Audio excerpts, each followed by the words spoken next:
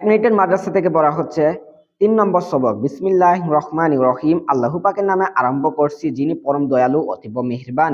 নাহমাদুহু ওয়া নুসাল্লি আলা রাসূলিহিল কারীম।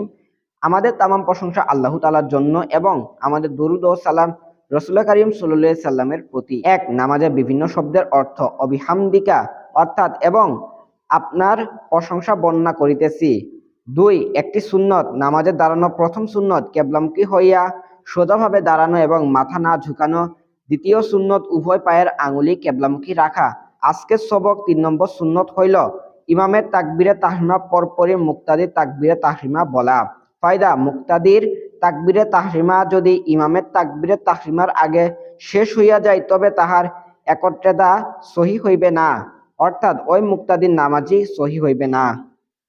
3, একটি কবিরা গুনাহ।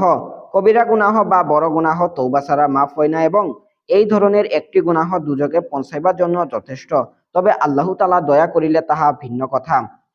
3, কোন লোককে মন্দ নামে ডাকা, যেমন ও অন্ধ, ও ল্যাংড়া, ও মটকু ইত্যাদি।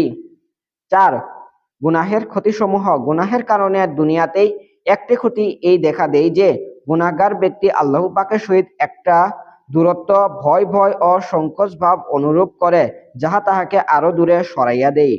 5, ইবাদত বন্দেগীর উপকারিতা। ইবাদতের ফলে দুনিয়াবি একটি উপকারিতা এই হয় যে সর্বরকম কষ্ট ও পেরেশানি দূর হইয়া যায় এবং সর্বপ্রকার অসুবিধা ও অশান্তি হইতে আল্লাহ পাক তাহাকে নাজাত দান করেন।